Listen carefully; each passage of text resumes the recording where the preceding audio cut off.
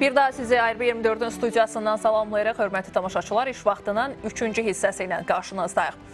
Yeni siyasi mövzular təbii ki, gündəmimizdə olacaq. Sadəcə regionla bağlı məsələlər deyil, həm Rusiya-Ukrayna cəbhəsindən gedəcək, həm yaxın şərqdə baş verənlərə də toxunacaq. Detallı şəkildə öyrənməyə cəhd etsə görə iş vaxtında nələri izləyəcəksiniz, bunu anonslardan biləcəyik. Ermənistanın baş naziri Nikol Paşinyan Avropa Şurası Parlament Assambleyasının rəhbəri ilə görüşüb. Avropa Şurası Parlament Assambleyasının sədri ilə nələr müzakirə edilib? Həmasın əlində girova çevrilənlərin ailəsi Donald Trumpa məktub göndərib. Birləşmiş Ştatların prezidentindən edilən xahiş diqqət çəkir. Cavab necə olacaq?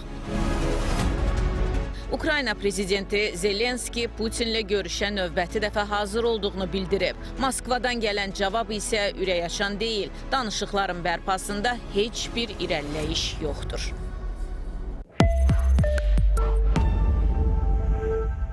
İndi isə saatın vacib xəbərlərini sizə təqdim edək. Prezident İlham Əliyev Çin Xalq Respublikasının Milli Bayramı münasibəti ilə Si Jinpinə məktub ünvanlayıb. Məktubda deyilir, bugün Azərbaycan ilə Çin arasında qarşılıqlı etimad, hörmət və dəstəyə əsaslanan münasibətlərin hər tərəfli strateji tərəfdaşlıq müstəvisində inkişafı məmnunluq doğurur.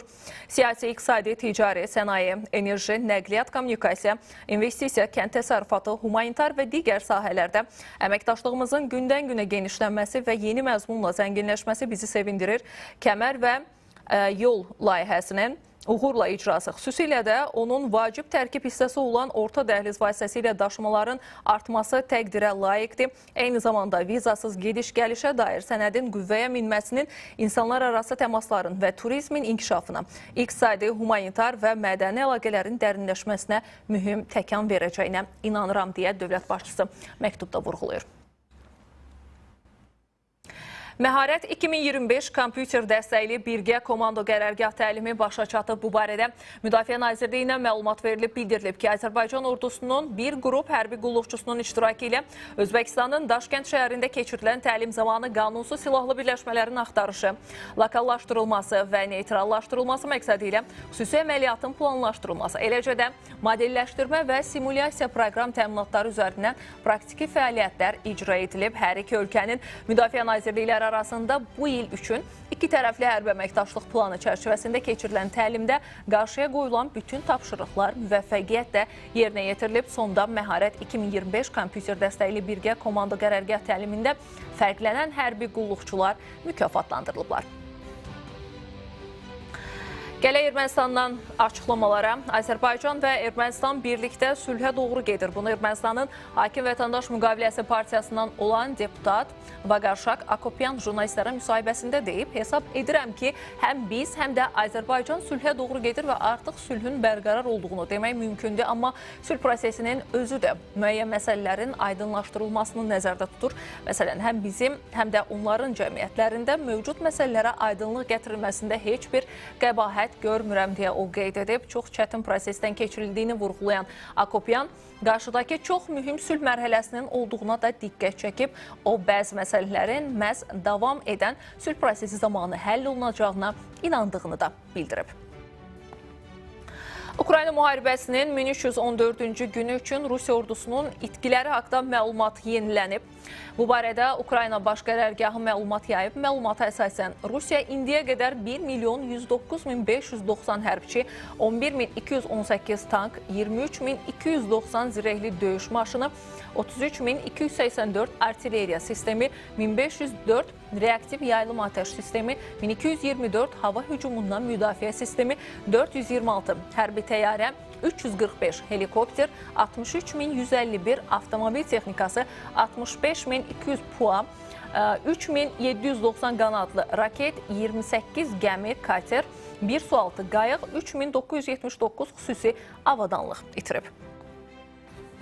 Ukrayna prezidenti Volodimir Zelenski, Rusiya prezidenti Vladimir Putin və Belarus prezidenti Aleksandr Lukashenkonu qoca adamlar adlandırıb. O, Lukashenkonun çıxışlarına reaksiya verməkdə çətinlik çəkdiyini söyləyib. Onun öz dünyası var. Tikdiyi bu evdə 30 ildir yaşayır, amma bu ev bir ölkə boydadır. İstəyərdim ki, Lukashenko Belarusun müstəqil olduğunu xatırlasın. Putin isə hərdən gəlir, köhnə fikirlərindən danışır. Şərh vermək çətindir deyə Zelenski vurğulayıb. Bəli, xəbərlərimiz bunlardan ibarətdir. Bu arada təbii ki, Paşinyanın çıxışını düzü az öncə də bir qeyd etdi. Müəyyən informasiyalar da var. Həm jurnalistlərə də verdiyi açıqlamalar var. İstər Azərbaycan-Ermənistan münasibətləri, istər Zəngəzur dəhlizi ilə bağlı məqam, istər elə erməni cəmiyyətinə yönələn bir sıra mesajları var. Hər biri üzərində ətraflı şəkildə təhlil aparmağa çalışacaq. Elə bu təhlillərə keçməmişdən öncə istəyirəm son bir məlumatı sizlə bölüşüm. Məhz Nikol Paşinyanın açıqlamalarından biridir ki, Azərbaycan və Ermənistan arasında imzalanmış sənədlərdə də elə bir şey yoxdur ki, su, hava, işıq, çörək kəsiləcək, əvəzində yol açılacaq deyib Nikol Paşinyan jurnalistlərə açıqlamasında. Niyə belə bir ehtimal var ki, dəmir yolu olsa su olmayacaq? Adətən bunun əksi olur. Dəmir yolu olan yerdə su məcburi şərtdir. Dəmir yolu olan yerdə çörək var. Dəmir yolu olan yerdə firavanlıq var. Bizdə isə biraz tərsinədir. Düşünürlər ki, dəmir yolu varsa çörək olmayacaq, su olmayacaq, təhlükəsizlik də yoxdur deyə Nikol Paşinyanın jurnalistlərə verdiyi açıqlamalardan biridir. Görürük ki, Ermənistan cəmiyyətində bir növ Zəngəzur dəhlizinin açılması yönündə buna kölgə salmaq üçün bir növ informasiya müharibəsi gedir. Məsələ Paşinyanla erməni kütləvi informasiya vasitələri arasında. Bunun üzərində də bir qədər dayanaq istəyirəm.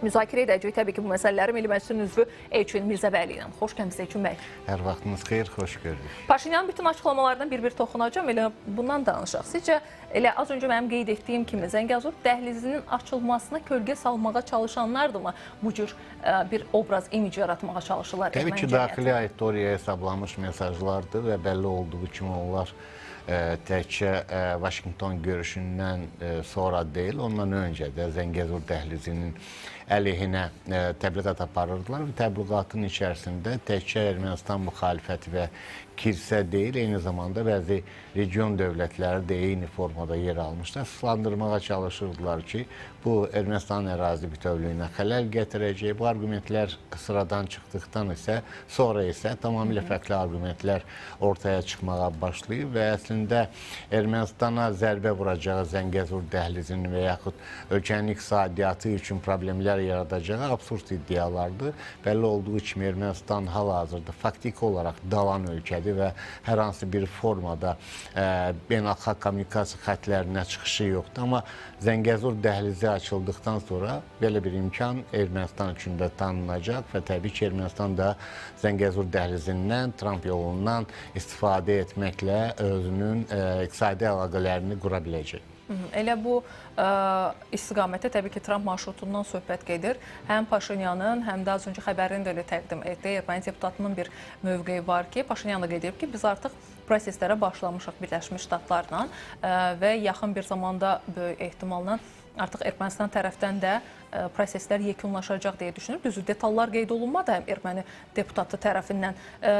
Siz təxmini hansı proqnozları verə bilərsiniz? Yəni bu 2026-cı il ərzində mümkün olacaqmı? Qənaətimə görə Nikol Paşinyan daha çox çalışacaq ki, seçkilərə qədər, müəyyən qədər də daha tez müddətdə infrastruktur layihələrinin başa çatdırılmasına nail olsun. Təbii ki, bu prosesdə Amerika Birləşmiş Ştatlarının da ciddi dəstəyin olduğunu görürük və Birləşmiş Ştatlar hal-hazırda istər maliyyə resursları baxımından, istərsə də təşkilati baxımından Ermənistana ciddi şəkildə bu istiqamətdə dəstək verməkdədir. Tez-tez səfərlər olunur və təbii ki, detalları açıqlamasa da son nəticədə bütün bunların Tramp marşrutunun Zəngəzur dəhlizinin fəaliyyəti ilə bağlı olduğu ortalıqdadır. Digər tərəfdən geniş miqyaslı bir fəaliyyətin də həyata keçirilməsi qənaətimə görə hazırki şəraitdə gözlənilmir və əslində buna da ehtiyacı yoxdur. Söhbət çox qısa bir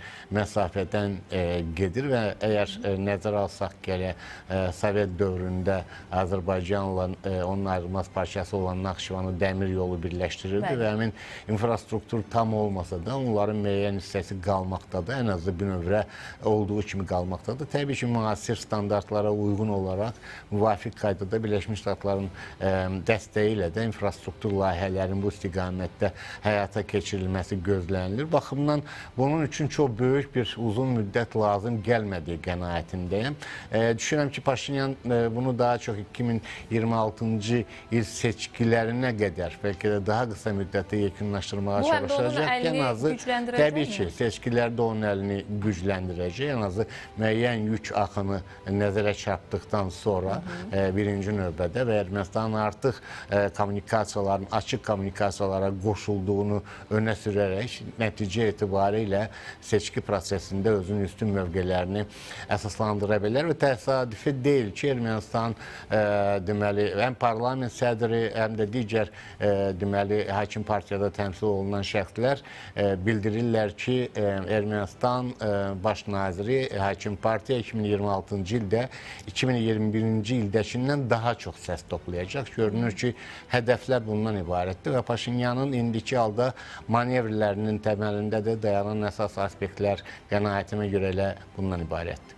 Elə seçkidən danışmışkən Elçin bəy, Nikol Paşinyanın daha bir yeni açıqlaması da var. Elə həm də bölüşüm, ardınca bu istiqamətdə də biraz sizin fikirlərinizi alacağım. Ermənistan baş naziri Nikol Paşinyan 2026-cı ildə keçiriləcək parlament seçkilərində növbəti dəfə qələbə qazanacaqlarına əmin olduğunu açıqlayıb, jurnalistlərə bildirib.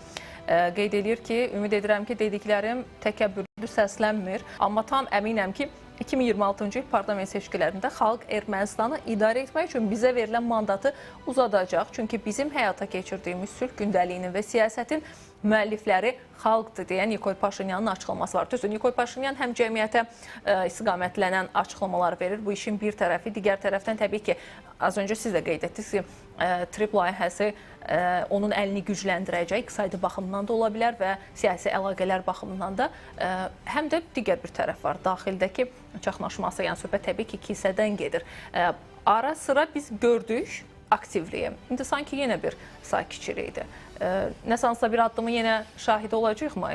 Bununla bağlı müxtəlif yanaşmalar var. Ən maraqlı yanaşmalardan biri araşdırmalar Strasbourg'un təqdimatıdır və nəticə etibarilə onlar hesab edirlər ki, Ermənistan müxalifəti də və indiki şəraitdə Nikol Paşinyana müxalif mövqedə dayanan qüvvələrin də mövqeləri o qədər zəifdir ki, onlar 2026-cı ildə ölkənin hakim siyasi partiyasına və onun komandasının nəticə etibarilə təzyiq göstərə bilməyəcəklər. Bu istiqamətdə müəyyən addımların atılması gözləniləndir, amma indiki şəraitdə də biz heç bir halda konkret olaraq yalnız bəyanatların səsləndirdiyini şahidi oluruq və keçmiş sabiqlər tərəfindən verilən bəyanatlar, müsahibələr və yaxud kilsənin müəyyən aksiyaları keçirməyə çalışması, əvvəlki mövqeyinin qorunub saxlanıldığını biruzə verən addımlar atması, onlardan biri də deməli təhsil üçün qrant layihələrinin ayrılması ilə bağlı kilsənin atdığı addımlardır. Bütün bunlar biz varıq deyə Ermənistan cəmiyyətinə mesaj verməyə cəhddən başqa bir şey deyil. Amma ortalıqda Ermənistan siyasi hakimiyyətinə ciddi təsir göstərə biləcək, onları geri çəkə biləcək qənaətimə görə hər hansı bir qüvvənin olmadığı qənaətimə. Ona görə də belə çıxır ki, həm də Paşinyan az öncə səsləndirdiyim prinsipə etibarlı həqiqətə uyğunda əgər təbii ki, sülh gündəliyinə əməl edəcəksə Ermənistan davamlı şəkildə prosesi irəli doğru aparılacaqsa,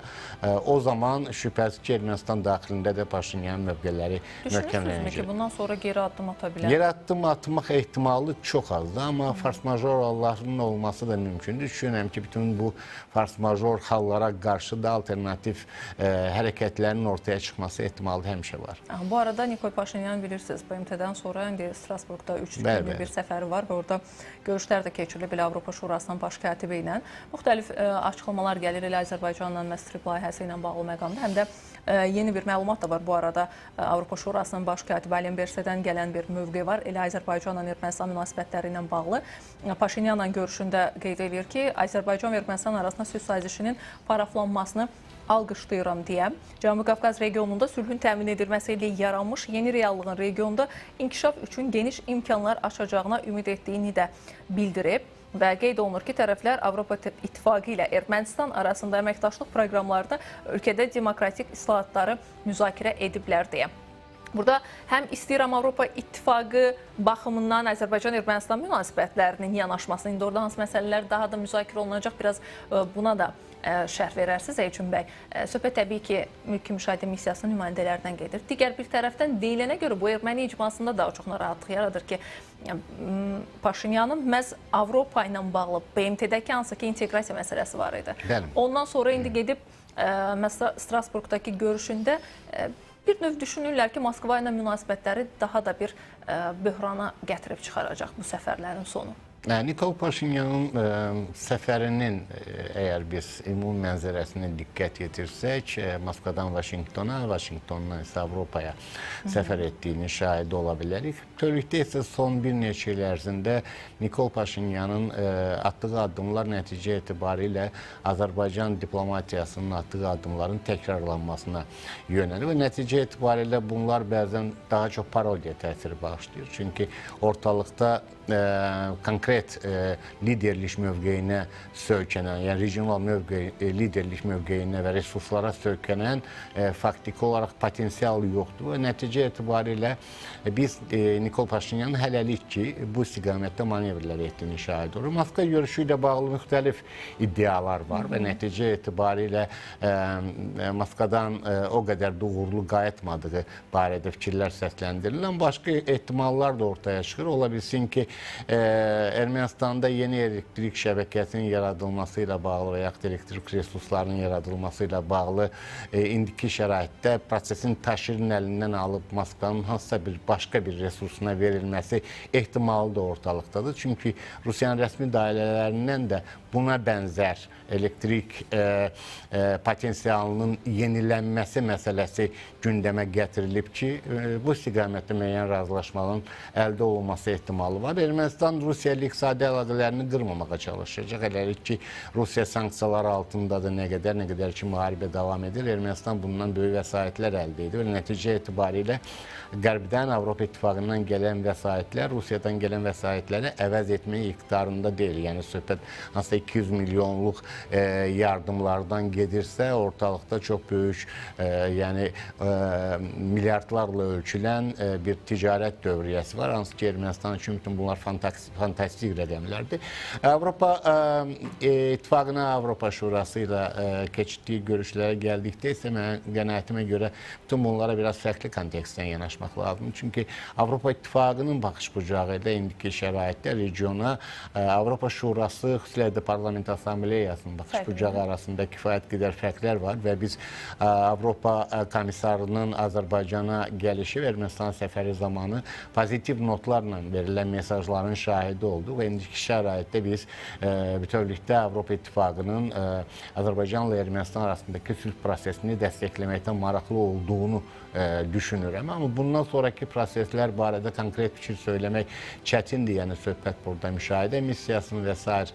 atılacaq addımlardan gedir. Amma Ermənistan bunu bildiyiniz kimi daha çox delimitasiya prosesi ilə əlaqələndirməyə çalışır. Amma nəticə etibarilə əgər sülh müqaviləsi imzalanıbsa, yəni əgər söhbət regionda sülhün təhlükəsinin əldə edilməsindən və Avropa İttifaqı müşahidə missiyasında ilkin olaraq ortaya qoyduğu mövqe və bütövlükdə status, potensial, mandat elə bundan ibarətsə, bölgədə sülh yaranıb və Ermənistanla Azərbaycan arasında sülh müqaviləsi paraflanıb və bunun paralel olaraq da biz çox ciddi bir bəyannamənin, sənədin imzalanmasının sülh haqqında şahidi olmuş. Baxımdan düşünürəm ki, 2027-ci ili gözləmədən missiyanın fəaliyyətinə Ermənistan tərəfindən bir tərəfli qaydada son qoyula bilər. Amma təbii ki, bütün bunlar indiki şəraitdə nə zaman, konkret zaman kəsində həyata keçəcək, bu barədə proqnozlar vermək bir qədər çətindir. Parlament Assambleyasına yanaşmada gəldikdə isə təbii ki, Ermənistan ən azı hansısa platformada özünün üstün mövqeyini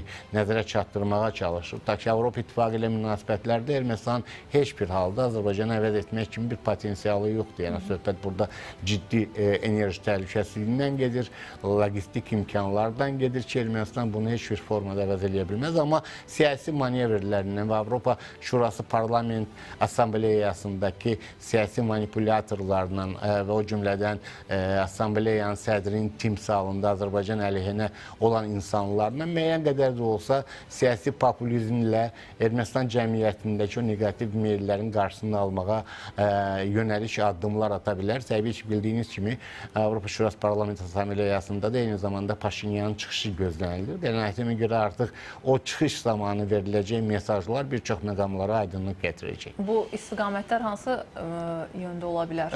Düşünün, daha çox sülh mesajları verəcək. Əgər hansı ittihamlar səslənəcəksə, bu bütövlükdə bundan sonraki proseslərə negativ deməli yön verə bilər və eyni zamanda daha çox Ermənistanda insan haqları ilə bağlı məsələnin xüsusi şəkildə qabardılması və bu kontekstdə Ermənistanın regionda öncül olması xüsusi şəkildə, məqsədyönlü şəkildə vurğulana bilər. Çünki bildiyiniz kimi eyni zamanda son dövrlərdə daha çox Gürcüstana ünvanlanmış belə deyək, aqressiv mesajlar qərb dairələri tərəfindən səsləndirməkdədir.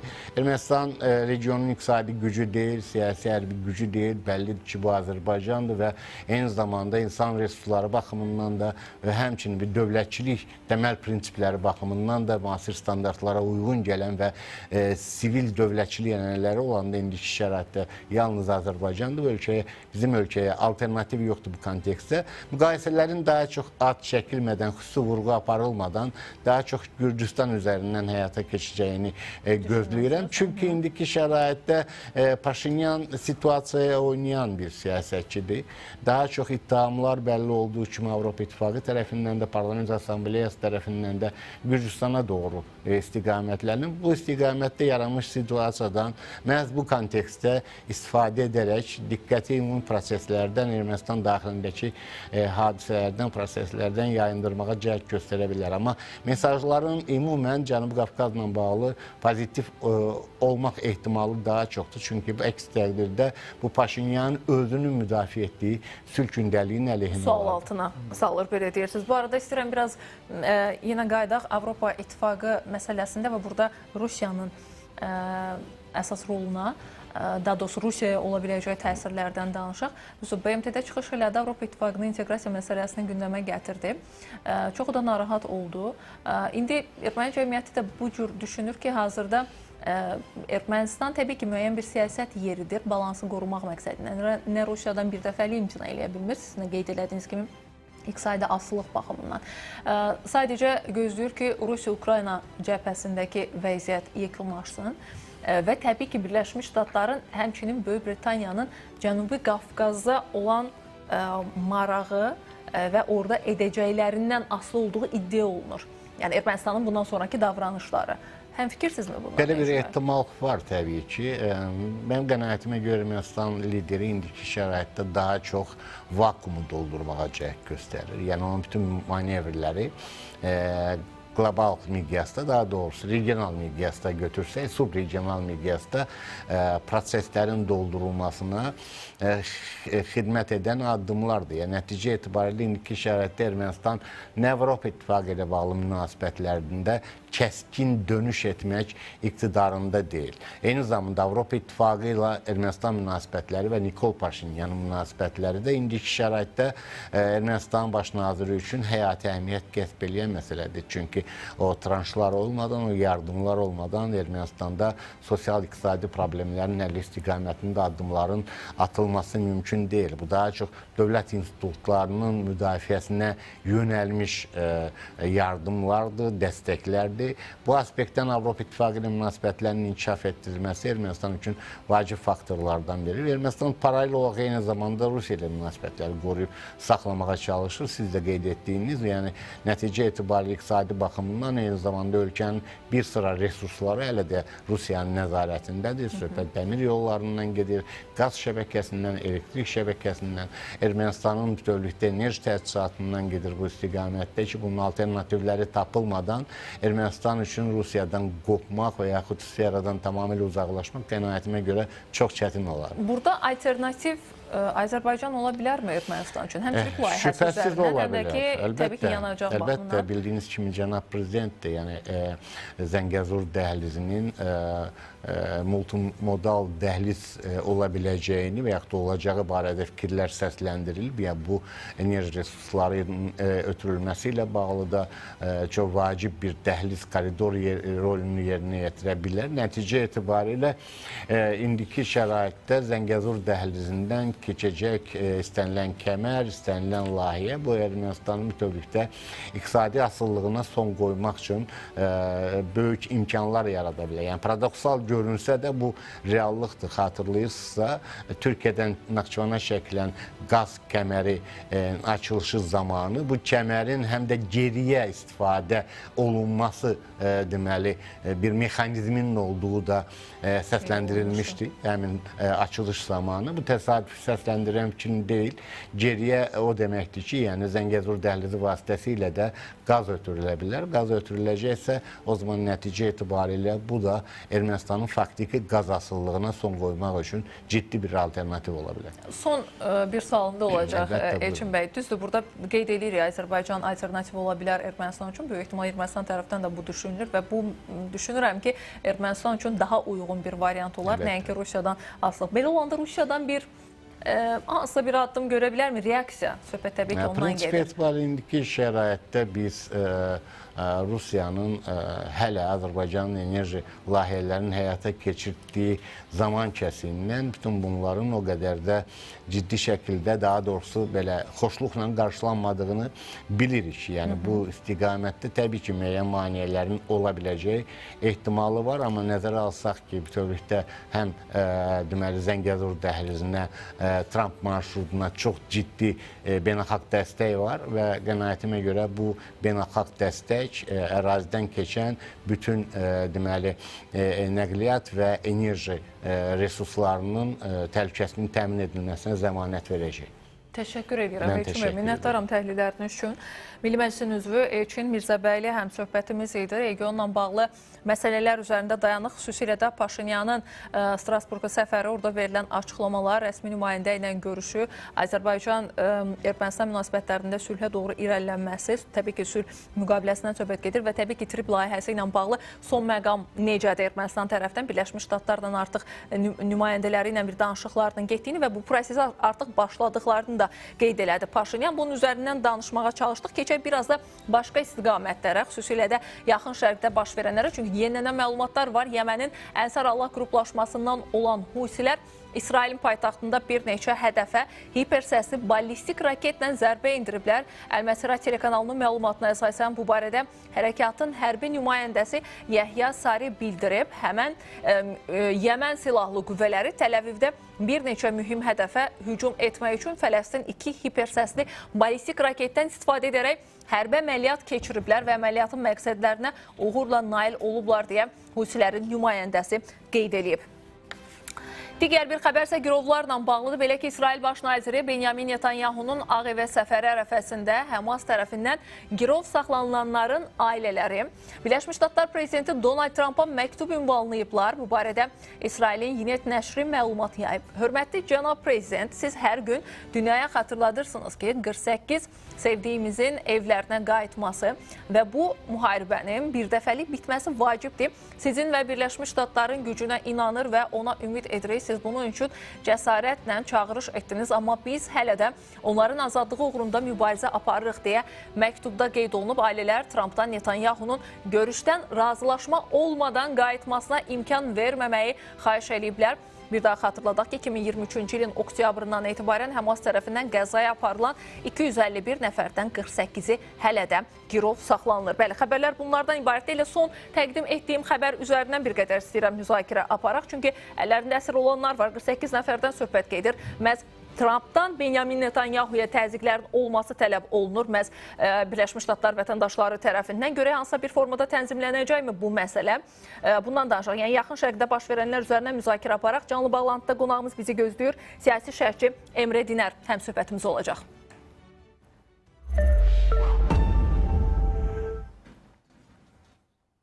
Salamlayıram sizə Emre bəy. Merhabalar, merhabalar. Batı'ya saygı ve selamlarımızı gönderin. Təşəkkür eləyirəm. Emre bəy, əsirlərin yaxınlarının, ailə üzvlərinin bir məktubunu səsləndirdim. Hansı ki, Benjamin Netanyahu Ağ Evə səfər eləyən zaman və orada Donald Trumpla görüşü zamanı Donald Trumpdan xahiş eləyiblər ki, məhz 48 əsrin geri qaytarılması ilə bağlı təkidlər olsun məhz Benjamin Netanyahu'ya. Bununla bağlı hansısa bir məsələ həllini tapacaq mı? Nəzərə alsaq ki, Həmasın əlindəki rıçaqlar məsələ onlardır.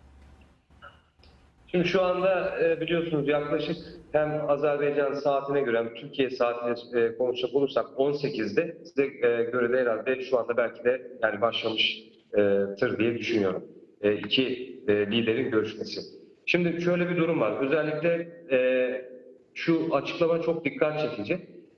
Görüşme başlamadan önce Beyaz Saray'ın açıklama yapması bir kere bu müzakere sürecinin yani bir olası bir ateşkese yönelik bir ısınma turunun yani bir hallolma durumunun olacağı işaret ediyor bu bence. Beyaz Saray'da biliyorsunuz bir açıklama yaptı yaklaşık 40 dakika önce. Hem Netanyahu hem Trump görüşmeden önce Gazze'de ateşkese yakın tarzında bir açıklama yapıldı. Dolayısıyla şu anda Trump'ın dün de biliyorsunuz ABD Orta Doğu temsilcisi Steve Witkoff yine Netanyahu ile görüştü. Yani Amerika Birleşik Devletleri buradan anladığımız kadarıyla İsrail'e çok yoğun bir baskı yapıyor. Yani artık şu ateşkes meselesini en azından öncelikli olarak bir sağlanması konusunda. Bunun yanı sıra bir önceki gün Hamas'ın 24 saat İsrail'e bir çağrısı vardı. 2 tane rehineye ulaşılamadığını ve saldırıların durdurulması gerektiğine ilişkin. Şimdi tüm bu olaylara baktığımız zaman, silsileye baktığımız zaman Amerika Birleşik Devletleri'nin İsrail politikasını zaten eleştirdiğini de biliyoruz. Netanyahu'nun son derece Trump'ın Netanyahu'dan son derece rahatsız olduğu da aşikar. Dolayısıyla bugün ben bir netice çıkacağına inanıyorum.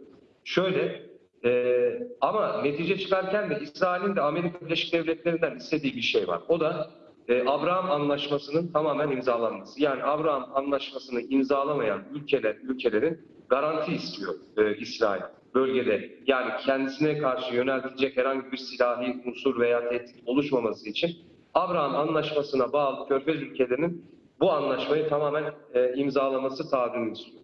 Dolayısıyla Trump'ın da önümüzdeki günlerde bir kez daha Körfez turuna çıkması bekleniyor. Bu Netanyahu ile görüşmesinin ardından. Dolayısıyla 21 maddelik Gazze Anlaşması'yla ilgili maddeleri inceledim ben tek tek. Orada çok önemli unsurlar da var. Bir tanesi kimsenin göç etmeyeceği, yani Gazze'de kimsenin göç etmeyeceği ki daha önceden Trump işte Gazze'leri başka ülkelere gönderecek tarzında bir açıklama vardı. İkincisi Hamas'ın silahları bırakarak özellikle bölgeyi terk edip veya etmemeleri, o da yine bir serbestliğe bırakmış Hamas unsurlarına. Bir de orada kurulacak uluslararası geçici hükümet. Bundan sonraki adım yani hem İsrail devletinin tamam tanınması olarak bakılıyor ama aslında bir noktada bütün gelişmeler İsrail kontrolünde. Belki de de facto bir Filistin modelini önümüzdeki süreçte dillendirebilirler. Bunu görebiliriz netice itibariyle. Yani zaten Netanyahu'nun Filistin devletinin kurulmasına karşı olduğunu biliyoruz.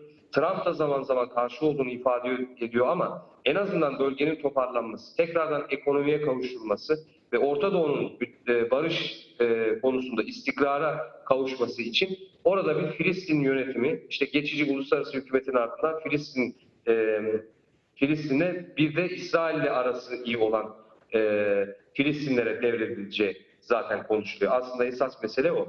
Dolayısıyla önümüzdeki süreçte İsrail'in bölgedeki güvenliğini sağlanması noktasında bir barış anlaşması. Tüm metni okuduğumuzda zaten ortaya çıkan bu. Dolayısıyla burada bir anlaşma, daha doğrusu burada bir ateşkesin çıkacağını ben inanmak istiyorum. İnanıyorum da çünkü açıklamalar bu yönde. Açıklamalardan ziyade sizin sözünüze qüvvət, Emre bəylə sizin sözünüzə qüvvət. Açıqlamalar sizin qeyd elədiyiniz kimi müsbət istiqamətdədir. Almaniya Xarici İşlər Nazirinin də açıqlaması var ki, İsrail və Həmas Birləşmiş Ştatlar prezidenti Donald Trump'ın Qəzza zolağı ilə bağlı sülh planı ilə razılaşmağa çağırıb. Yəni bu olacaq deyilir qısa bir zamanda.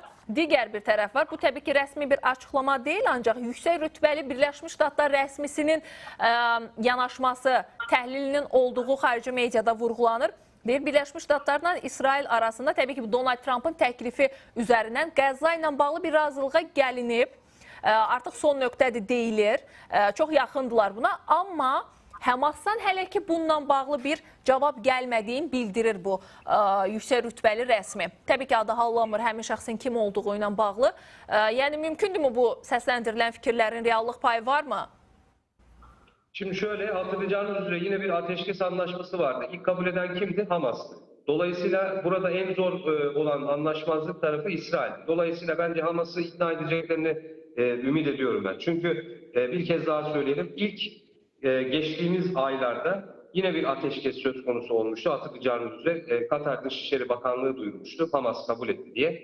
Şimdi Hamas'ın kabul etmeme gibi bir şansı da ortada kalmadı artık. Çünkü bir yandan bu savaş oradaki sivilleri yıpratmaya başladı. Gazze diye bir şey kalmadı. Hiçbir şekilde altyapısı kalmadı. İsrail bir yandan genişleme politikası güderek Gazze işgal bahanesiyle daha fazla toprağa yayılmaya çalışıyor. Dolayısıyla bence ortak bir zeminde buluşacaklarına inanıyorum. Onun için ben en başta yayının başında dikkat çektiğim nokta Abraham Anlaşması. Eğer Abraham Anlaşması imzalanırsa İsrail'e göre, onların düşüncesi o, İsrail'e göre işte Körfez ülkeleri, Suudi Arabistan, Katar ve diğer ülkeler Abraham Anlaşması'nı imzalarsa İsrail'e göre herhangi bir tehdit kalmayacak anlayışı var. Dolayısıyla burada İsrail, Trump'tan öncelikle bu Abraham Anlaşması'nın tamamen imzalanması, yani eksik bir ülke kalmayacak noktasına kadar imzalanmasını talep edecek. Trump da zaten bunun garantisini verdiğini geçmiş önceki, yani daha doğrusu birinci başkanlık döneminde zaten biliyorsunuz birçok ülkeyle Abraham Anlaşması imzalanmıştı. Dolayısıyla Trump bir kez daha Körfez turuna çıkıp Abraham Anlaşması'nı garanti altına atıp İsrail'e de şu imajı verecek, şu mesajı verecek. Al, işte biz Abraham Anlaşması'nı da yaptık, artık burada kalıcı bir barış noktasında şu masaya otur tarzında Trump'ın Netanyahu'ya olan direktiflerini olacağını ben tahmin ediyorum. Emre bəy, düzdür. İsraillə Həmas arasındakı məsələləri belə görürük ki, həll olmağa doğru gedə bilər. Digər bir məsələ Suriyadakı məsələdir. Düzdür, çoxu üçün belə düşünülür ki, Suriyada artıq proseslər yekunlaşıb, ancaq məsələnin digər tərəfləri də var. Düzdür, Rəcəb Tayyip Erdoğan da Birləşmiş Ştatlara səfər edən zaman Trumpla söhbətində də Suriya məsələsinə də toxunuldu. Elə kürsüdən də çıxışı zamanı həm elə Suriya liderinin, həm Rəcəb Tayyip Erdoğanın da müxtəlif formalarda yanaşmaları, açıqlamaları var idi. Amma indi orada düşündürən məqam da var. Təbii ki, İrana bağlı olan qruplaşmalarla bağlı bir məsələdir ki, Suriyada hakimiyyət dəyişikliyindən sonra məsələ bu qruplaşmaların mövcudluğu da aradan qaldırılıb deyə Suriya Xarici İşlər Nazirinin Əsəd Şibaninin bir açıqlaması var. Və deyir ki, İsrail Suriya normallaşmasından da danışıb nazir və orada təhdidlər, hansı ki, İrana və Hizbullaha bağlı olan o yaraqlılar, qüvvələr var. Onlar da keçmiş rejimin silahlarının mövcudluğundan rejimlə birlikdə aradan qaldırılıblar deyilir. Bunun garantiyasını verirmi bir növ? Yəni, deyə bilərikmi ki, Suriyada artıq bundan sonra İran və İrana bağlı, Hizbullaha bağlı qüvvələr aktivləşməyəcək? Evet, çok güzel bir soru. Zaten biliyorsunuz Ahmet El Şara Birleşmiş Milletler kürsüsünde zaten buna ilişkin birçok açıklaması var. Topraklarımızda hiçbir terör unsurunun olmayacağı şeklinde bir Suriye'ye doğru ilerliyoruz tarzında bir açıklaması var. Bunu zaten Suriye'nin Dışişleri Bakanı da ifade etti. Dolayısıyla burada zaten şu anda El Şara ile İsrail hükümeti arasında bir güvenlik anlaşması da, müzakereleri de yönetiliyor. Dolayısıyla Suriye'nin yeni lideri Şara'nın ifadesi de şuydu: anlaşmaya yaklaşıyoruz. Yani burada öncelikle yapılacak nokta şu: İran'la olan bütün örgütlerin mensupları Suriye'den arındırılacak. Daha sonra bunun teminatı İsrail'e bildirilecek. Yani benim ülkemde hiçbir terör unsuru yoktur ve dolayısıyla siz de buraya herhangi bir saldırı düzenlemeyin, şu Süveyda bölgesine de karıştırmayın tarzında karşılıklı bir anlaşma yapılması bekleniyor. Bakın şunu da söyleyeyim, sadece Suriye ile kalmayacak, İsrail'in şu anda Irak'a yönelik de bir hedefinin olduğu da söyleniyor. Bu da çok ciddi bir iddia. Yani önümüzdeki günlerde Irak'da herhangi bir saldırının olabileceği söz konusu iddiaları oldukça fazla. Dolayısıyla hem Irak'ta hem Suriye'de İran'a ait hiçbir bağlantı, uzantının olmayacağını garanti altına alınması gerektiğini İsrail zaten söylüyor. Diğer yandan da Türkiye'nin zaten burada yapmış olduğu çok büyük bir rol var. Bunu bir kez daha ifade etmekte yarar var. Eğer biz sadece Suriye'yi Ahmet el-Şara ile İsrail'in arasındaki anlaşmadan bahsediyorsak bu yanlış olur. Çünkü burada Türkiye Cumhuriyeti şunun amacında. Bütünlüklü bir Suriye demek gerçek manada Orta Doğu'nun güvenini sağlıyor demek. Türkiye Cumhuriyeti hiçbir zaman sınırları içerisinde ikinci bir Lübnan'ın oluşmasını istemedi. Yani ikinci bir Lübnan dediğimiz, yani Lübnan'da çok karışık unsurlar var. Biliyorsunuz siz de birçok ülkeye bağlantılı. Dolayısıyla Türkiye de sınırında bunu görmek istemiyor. Ama Suriye'nin de güvenliği için Suriye'nin düzenli bir orduya ihtiyacı var. İkincisi de Suriye'nin toprak bütünlüğünün korunması gerekir. Eğer İsrail güvenlik istiyorsa, kendi güvenliğini veya tehdit, oradan bana tehdit gelmesin istiyorsa şunu yapmalı. Suriye'deki istikrarın sağlanması gerektiğine bence katkıda bulunmalı. Dolayısıyla Türkiye Cumhuriyeti'nin yapmış olduğu bu. Yani Suriye'nin toprak bütünlüğünü aslında sağlayarak bir noktada bölgedeki çatışmaların minimize indirmesini hedefliyor Türkiye. Dolayısıyla bu yönde diplomatik adımlarını atıyor. Bunun için de dediğimiz gibi önümüzdeki süreç yalnız bunun bir kez daha altını çizmekte yarar var. Irak'da, İsrail ile Irak arasında da önümüzdeki günlerde bir kriz bekleniyor. Şimdi biliyorsunuz Snapback yine Birleşmiş Milletler'in İran'a yönelik nükleer yaptırımları da devreye girdi. Dolayısıyla İran da burada birkaç noktada cevap verebilecek bir manevra alanı arıyor şu an İran. Dolayısıyla bu manevra alanına engellemek için bölgede işte İsrail veya işte Suriyeli güçler bölgede farklı operasyonların da gerçekleştirmesi ben bekliyorum şahsen. Mümkündür. Təhlilləriniz bu yöndədir. Təşəkkür edirəm sizə Emre bəy, minnətdaram.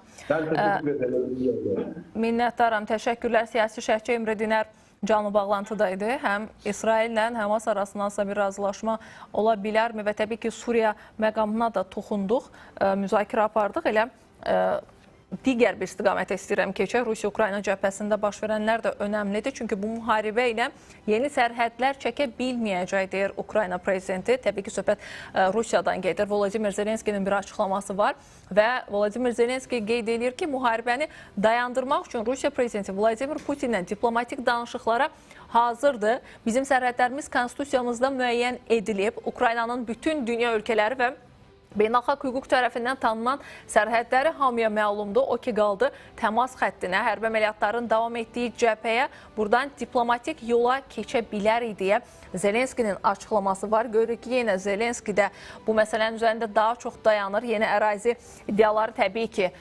özünə uyğun Ukrayna ərazisindən söhbət gedir. Yəni bir növ qəbul etməyəcək kimi görünür bu açıqlamalardan da. Təbii ki, daha detallarını öyrənək qonağımızdan. Siyasi şərhçi Anar İsayev həmsöhbətimizdir. Xoş gəlmisiniz Anar bəy. Xoşunuz olsun Aynur xanım. Deyir ki, Rusiya Ukraynada müharibə ilə yeni sərhədlər çəkməyəcək. Çünki konstitusiya var, sənəd var. Ona əsasən Ukraynanın özünün ərazisi var. Ancaq Rusiya heç də belə demir. Aydın məsələdir ki, yəni Rusiyanın Ukrayna ərazisinə daxil olması, Ukrayna ərazisini işğal etməsi əslində heç də Zelenskinin fikirləri ilə razılaşmaq anlamına gəlmir. Yəni, işğalçı Rusiya həmin əraziləri tutub, işğal elədiyi əraziləri Rusiyanın ərazisi kimi tanıtmaq istəyir dünyaya. Və təbii ki, biz deməli, hər zaman bu arada qeyd eləmişik ki, yəni sülhün əldə olunması üçün, müharibənin dayanması üçün, atəşkəsin əldə olunması üçün şərtlər hər iki tərəfi bu və digər formada qane etmir. Bəli, bugünkü şərtlər daxilində, bugünkü şəraitdə biz görürük ki, Ukrayna tərəfi son dövrlər fərqli addımlar, fərqli strategiya, taktikadan istifadə edir. Bilirsiniz ki, son vaxtlar artıq Ukrayna müharibəni Rusiyanın içərilərinə doğru aparıbdır. Yəni, hər zaman qeyd etmişdik ki, Rusiyanı sülhə dəvət etmək üçün, yəni atəşkəsin əldə olunması üçün mütləq şəkildə Rusiya tam olaraq, yəni əhalisi də, bu günləri Rusiya böyük bir əraziyə və böyük əhaliyə sahibdir və qeyd edim ki, bugün Rusiya-Ukrayna müharibəsində ümumi məlumat olsa da, amma Rusiya əhalisinin böyük əksəriyyəti bu müharibədən ciddi surətdə etkilənmir.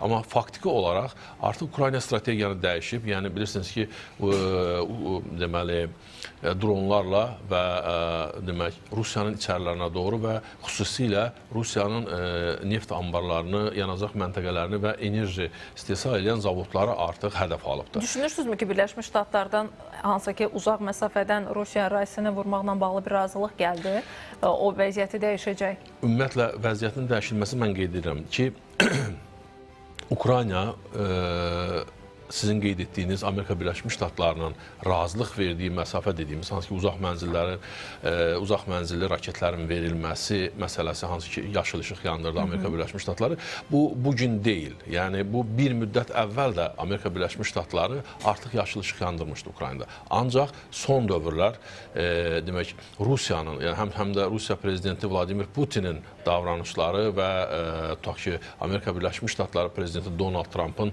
sülh çağırışlarına adekvat cavab verməməsi, bu günləri biz görürük ki, Amerika Birləşmiş Ştatları prezidenti də artıq, belə deyək, el dilində desək, artıq valı çeviribdir. Yəni, kompromisdən artıq bir dəfəli hücum taktikasına bu da üstünlük verir. Hətta xatırlayırsınızsa, Birləşmiş Millətlər Təşkilatının 80-ci sessiyasında da, deməli, çıxışında da qeyd etdi ki, Amerika Birləşmiş Ştatları prezidenti qeyd etdi ki, Rusiya, Ukrayna öz ərazilərini azad edə bilər və hətta daha da önə keçə bilər. Yəni, bu artıq təhdid dilidir. Artıq Rusiyaya qarşı xəbərdarlıq idi. Buradakı marağı nədir sizcə, Anar bəy? Yəni, Birləşmiş Ştatların marağı dediyimiz, burada maraq çoxdur. Birinci növbədə, bilirsiniz ki, bu müharibənin başlanmasında Amerika Birləşmiş Ştatlarının məqsədi Rusiyanı siyasi və hərbi cəhətdən bir qədər, demək, zəiflətməkdir. İqtisadi cəhətdən zəiflətməkdir. Çünki mənim sualı verməyimin əsas məqsədi Trump gələn kimi hakimiyyətə özünü kənara çəkdi. Söhbət təbii ki, Birləşmiş Ştatlardan gedir ki, bir növ Birləşmiş Ştatların burada nə rolu ola bilər? Okeanın o tayında olan söhbət təbii ki, həm maddi maraqdan ya da ki, deyək, ərazi siyasi baxımından ona görə həm yardımlar da dayandırdı və s. Bu, təbii ki, Trumpın yanaşmasına əsasən biz bu nəticəyə gəlirik. Yanaşma həm də bir siyasi, bir taktiki gediş idi, mən onu sizə deyim. İndiki, yəni, marağı nədir ki, bu siyasətini təzədən yenidən dəyişdi? Yəni, baxın, maraq ondan ibarətdir ki, burada qeyd etdiyim kimi, Avropa Birliyi dövlətləri ilə uzun müddətdir ki, yəni Trump hakimiyyətə gəldikdən sonra, hətta birinci hakimiyyəti dövründə də Avropa Birliyi dövlətlərini müstəqil özünü qorumaq instinktinin yaranmasını formalaşdırdı. Burada digər bir məqsədi vardı. Amerika Birləşmiş Ştatları bu günləri artıq o qeyd etdiyim Rusiyanın iqtisadi və hərbi cəhətdən zəiflədilməsi məsələsi, həmçinin Avropa Birliyi dövlətlərinin özündən asılı vəziyyətə salınması hədəflərinə demək olar ki, çatıb. Bu günləri Avropa Birliyi dövlətləri artıq Amerika Birləşmiş Ştatlarına silah alınması müqavilələri imzalayıb. 100 milyardlarla dəyərində silah müqavilələri imzalanıbdır ki, həmin silahları Avropa Birliyi dövlətləri Amerikadan alıb Ukraynanın müdafiəsinə sərf edəcəklər. Burada Amerikanın iqtisadi maraqları artıq təmin olunur. Bu birinci tərəf. Birinci tərəf qeyd etdiyim kimi Rusiyanın zəiflədilməsi və Rusiyanın hücum etməsi ilə Avropanı təhdid edib, Avropanı Amerikasız yaşaya bilməyəcəyinə inandırmaq ki, bunu da elədi və faktiki olaraq. Və üçüncü bir məqam da burada daha uzun deməli müddətli Amerika Birləşmiş Ştatlarının öz siyasətdə var ki, hər zaman da qeyd edirik ki, artıq dünyanın bölüşdürülməsi prosesi, nizama salınması prosesi başlayıb və burada da böyük güclər, böyük maraqlar var. O maraqlardan biri də Çini biz nəzərdə tuturuq ki, bundan sonraki mərhələdə Amerika Birləşmiş Ştatlarının əsas hədəfi Çindir. Burada amma bir məsələ ortaya çıxır, Anar bəy. Qeyd edirsiniz ki, Avropadan pul gedir Birləşmiş Ştatlara və təbii ki, qarşılığında da silah alınıb Ukraynaya göndərilir. Yəni, Birləşmiş Ştatların burada qazancı kifayət qədərdir. Belə olan halda sizcə, digər tərəfdən də amma bu arada Avropaya təkid göstərir ki, siz Rusiya ilə əməkdaşlıq edən ölkələrə, söhbət Hindistan və Çinə təzyiqdən gedir, sanksiyalardan gedir. Bunu sərtləşdirməlisiniz ki, Rusiya məcbur olsun, razılığa gəlsin və bununla da müharibə bitsin. Bir tərəfdən qazanır, qazandığı halda digər tərəfdən Avropadan tələb edir Birləşmiş Ştatlar. Sizcə, Birləşmiş Ştatlar həqiqətən səmimidir müharibənin yekunlaşmasında? Baxın, müharibənin yekunlaşdırılması, səmimiyyət məsələsi belədir ki, yəni qazancından keçərmi bu qədər marağından? Yox, maraq təmin... Belə bir məsələ də çıxır ki, müharibə bitəndən sonra Ukrayna vasitəsilə əldə edəcəyi, onda silahlardan qazanacağından daha çox mu olacaq? Tamamilə doğrudur. Baxın, biz burada bu müharibədə üçüncü bir qazanc tərəfi də var idi ki, biz bunu qeyd eləmişik. Bir daha qeyd etməkdə fayda var ki, bilirsiniz ki, Ukrayna ərazisində olan o nadir elementlərin bunu həmin müqavilə kimlə bağlandı? Okeanın o biri tərəfində olan bir dövlətlə. Yəni, müharibədə bu birbaşa iştirak etməyən bir dövlətin artıq həm də buradan bir iqtisadi maraqları var. Yəni, bütün bu oyun, bütün bu proseslərin hamısının başında əslində, belə deyək də, dünyanın, yenə də qeyd edirəm, dünyanın bölüşdürülməsi prosesi gedir və ən əsası da burada Avropa Birliyi dövlətləri də. Baxın, Avropa Birliyi dövlətləri bu günləri Rusiya-Ukrayna müharibəsi fonunda müstəqil olaraq, nəinki Ukraynanı, faktiki olaraq biz gördük ki, Amerika Birləşmiş Ştatları, Donald Trump xatırlayırsınızsa, sülh deməli təklifi həyata keçməyəndən sonra fərqli bir taktikaya əl atdı və sanki Ukraynanın arxasından çəkildi, əlini götürdü və həmin deməli vəziyyətdə Avropa Birliyi dövlətləri və xüsusilə ki, böyük əksəriyyəti NATO üzvləridir, böyük Avropa dövlətlərindən söhbət gedir ki, bu dövlətlər artıq Ukraynanı necə müdafiə edəcəkləri dursun bir tərəfə, hətta Rusiya təhdidi qarşısında Avropa coğrafiyasını, təhlükəsizlik zolağını necə yaradacaqlarını bilmədilər. Yəni, faktiki bundan mənim deməm ondandır ki, bu günləri Avropada müstəqil siyasət yürütmək istəyən müəyyən dövlətlər var ki, onun məsələn birini Fransanı və yaxud da Almaniyanı ki, mən misal çəkə bilərəm ki, bu iki dövlət əslində bu dünyanın bölüşdürülməsində də yenidən bölüşdürülməsində bir pay almaq və yaxud da ki, müstəqil Amerika Birləşmiş Ştatlarından kənar müstəqil siyasət həyata keçirmək istəyir. O nöqteyi nəzərdən həm də dolayısıyla bu dövlətlərə öz yerini göstərmək üçün Donald Trump fərqli taktikalardan istifadə edir. Ona görə mən qeyd etmək istəyirəm ki, burada həm də hədəfin biri Avropa Birliyi dövlətləri idi ki, Avropa Birliyi Amerika Birləşmiş Ştatları olmadan hər hansısa bir xarici siyasətdəmi və yaxud da ki, dünyanın ümumiyyətlə iqtisadi bölüşdürülməsindəmi öz başına deməli, rol ala bilməz. Mütləq şəkildə bir böyük ələ, böyük gücə və yaxud da bir çətərə Birləşmiş Ştatlara yəni ehtiyac var deyirsiniz. Təbii ki, bunu göstərmək istəyiblər. Söhbət Vaşinqtondan gedir. Bu arada Böyük Britaniyadan da biraz danışaq. Ola bilərmi ki, onların da marağı var bu məsələdə? Çünki Böyük Britaniyanın Müdafiə Nazirinin John Healey'nin Rusiya Prezidenti Vladimir Putinə bir müraciəti var. Qeyd edir ki, Moskvaya mesajımız aydındır. Prezident Putin, siz qalib gəlməyəcəksiniz, sülhlə razılaşmağın vaxtıdır və hətta Britaniya Müdafiə Naziri əmin eləyib ki, London müharibə bitənə qədər Kiyevə hərbi siyasi dəstəyini davam etdirəcək deyə Böyük Britaniya Müdafiə Nazirinin açıqlamasıdır. Onda belə görünür ki, həqiqətən dəstək sona qədər davam edəcək. Amma bunun fonunda sizcə sadəcə hərbi dəstəklə məsələni həll eləmək mümkün olacaqmı? Bilirsiniz, bu tək hərbi dəstək deyil.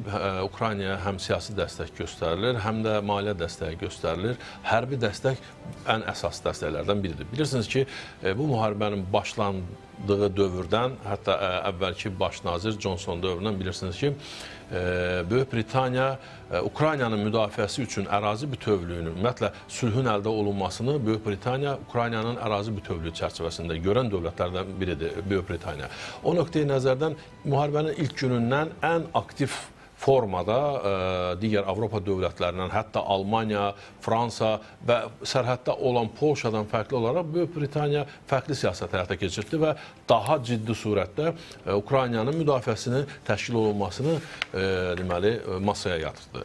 Və Böyük Britaniya qeyd etdiyim kimi həm maddi cəhətdən, həm bilirsiniz ki, deməli parlamentdə məsələ qaldırılmışdı ki, o canlı qüvvənin hətta dəstək üçün Ukraynaya göndərilməsi 30 min civarında bir hərbi kontingentin Ukraynanın müdafiəsi üçün göndərilməsini nəzərdə tuturdu. O nöqteyi nəzərdən mən qeyd etmək istəyirəm ki, ümumiyyətlə Böyük Britaniya əslində həm də Amerika Birləşmiş Ştatları ilə paralel siyasət aparır. Yəni, bu günləri Avropa Birliyi dövlətləri deyirik, amma Avropa Birliyi dövlətlərindən kənar bir də Böyük Britaniyanı ayrıca mən qeyd etmək istəyirəm. Çünki Böyük Britaniya bu günləri elə Amerika Birləşmiş Ştatlarının əslində Avropadakı ən yaxın müttəfiqi və ən əsas tərəfdaş dövlətidir. Və deməli, Böyük Britaniyanın Müdafiə Nazirinin ifadə elədiyi dəstək, həm hərbi cəhətdən dəstək, həm də bir təzyiq vasitəsi idi ki, artıq Rusiya üçün, belə deyək də, sonun başlanğıcı görsənir.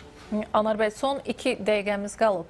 bu məsələ də önəmlidir deyə düşünürəm. Ukraynanın Birləşmiş Ştatlardakı keçmiş səfiri çıxdı, bir açıqlama verdi ki, Rusiyanın hücumu və ya təzyiqləri PUA və təyyarələrlə kifayətlənməyəcək. Müəyyən bir zaman keçəndən sonra Rusiya eskalasiyanı genişləndirəcək və bu ilərləyən vaxtlarda artıq quru hücumlarına doğru keçə bilər, addım ata bilər deyə bunun bir proqnozunu verib. Yəni, nəzərə alsaq ki, hava hücumu ilə quru hücumu eyni deyil və onun çətinliyi daha çoxdur, itkilər daha çox ola bilər. Yəni, proqnozları necə dəyərləndirirsiniz? Əslində, bu proqnoz kimi mən bunu dəyərləndirirəm. Bu proqnozun həyata keçmə ehtimalını mən bir o qədər yüksək dəyərləndirmirəm. Təbii ki, nəzərdə tutulur ki, Baltikyanı ölkələr nəzərdə tutulur ki, həmçinin Finlandiya, həmçinin Polşa və Baltikyanı ölkələrə Rusiyanın eskalasiyası, Rusiyanın hücumlarından deməli, nəzərdə tutaraq deyir bunu. Amma mən düşünürəm ki, bugünkü şərtlər daxilində ki, həm Almaniyanın, həm Fransanın, həm Estoniya, Latviya, Litva və Polşanın birlikdə bir deməli yaydıqları, yəni həmin bu ərazilərə belə deyək də Rusiyanın PUA hücumları, quru qoşunları və yaxud da deməli quru qoşunlarla hücum edəcək kimi anlamına gələ bilməz. Yəni bugünkü faktiki Rusiyanın hərbi gücü tək Ukrayna ilə müharibəyə güclə yetir. Yəni bugünkü şərtlər daxilində biz bunu görürük.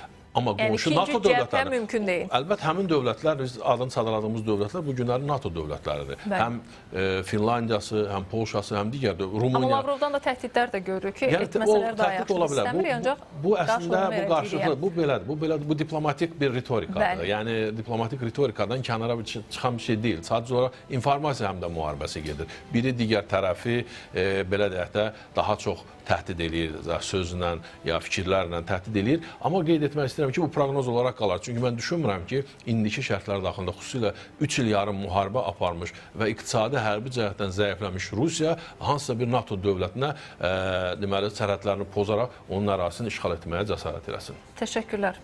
Minnətdaram.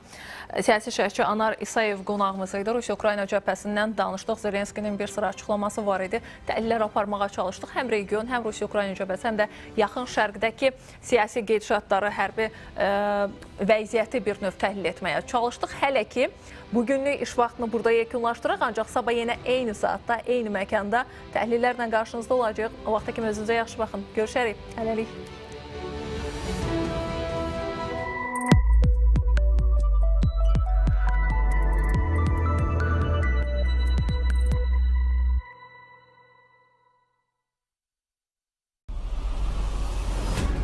Ermənistan